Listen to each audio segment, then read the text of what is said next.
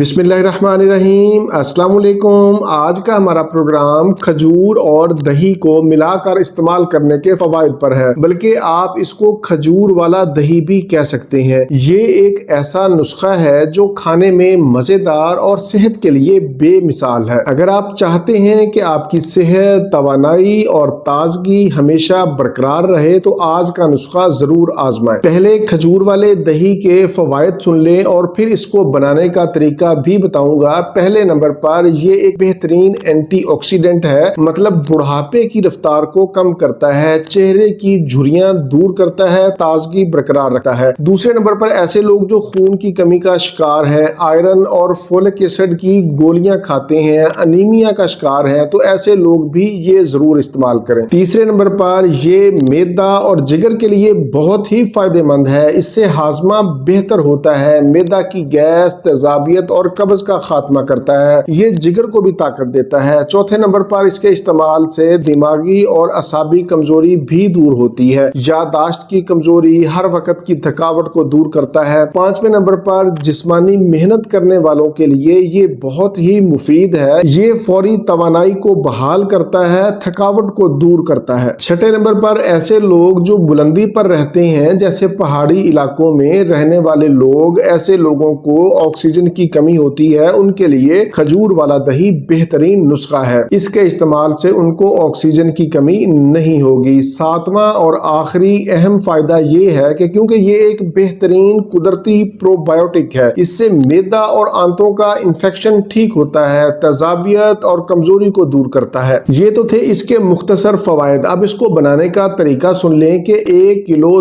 दूध में दरमियाने साइज की 15 अदद खजूरें डालकर शेक बना लें। खजूरों की गुठलियां आपने निकाल देनी है और खजूरें तकरीबन 120 ग्राम हो, और ये तकरीबन 15 खजूरें ही बनती हैं दरमियाने साइज की। अब इस खजूर वाले शेक में दही डालकर इसको जमा दें, यानी जाग लगा दें और दही तैयार कर लें। आम दही तो 8 से 10 घंटों में तैयार हो जाता है। मुमकिन है इसके ऊपर ज्यादा टाइम लगे। मौसम के हिसाब से आप इसको नीम गर्म भी कर सकते हैं और जाग की मिकदार कम या ज्यादा भी कर सकते हैं। इसको खाने का बेहतरीन वक्त दोपहर खाने के साथ या खाने के दरमियान खाएं। रोजाना दही आप आधा प्याला खा सकते हैं। ये तकरीबन 120 ग्राम बनता है। आम सादा लफ्जों में अगर कहें तो आधा पाव दही खा सकते हैं, इससे ज्यादा ना खाएं। हमारे यहाँ देखा गया है कि हम या तो कोई चीज खाते नहीं, और जब खाते हैं तो फिर आधा किलो या किलो के हिसाब से ही खाते हैं। इससे फिर फायदा नहीं होता बल्कि उल्टा नुकसान होता है। आज के प्रोग्राम में मैंने आपको जो फार्मूला बताया है वो 1 किलो दूध का बताया है। आप इसकी मिकदार कम या ज्यादा भी कर सकते हैं, उसी हिसाब से इसमें खजूर का इस्तेमाल भी कर सकते हैं। खजूर वाले इस दही को शुगर के मरीज भी इस्तेमाल कर सकते हैं, लेकिन शुगर के मरीज इसके अंदर 15 अदद खजूरें नहीं डालेंगे, बल्कि वो 1 किलो दूध में 5 अदद खजूरें डालेंगे, इससे ज्यादा ना डालें। कोशिश करें कि लो फैट मिल्क इस्तेमाल करें, यानी उबला हुआ दूध हो और उसकी बलाई उतरी हो।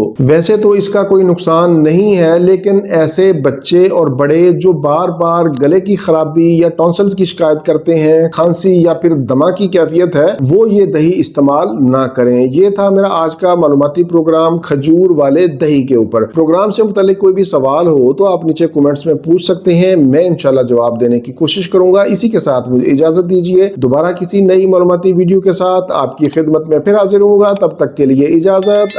अपने अहले खाना और अपने दोस्तों का बहुत ज्यादा ख्याल रखें। अल्लाह हाफिज, वस्सलाम।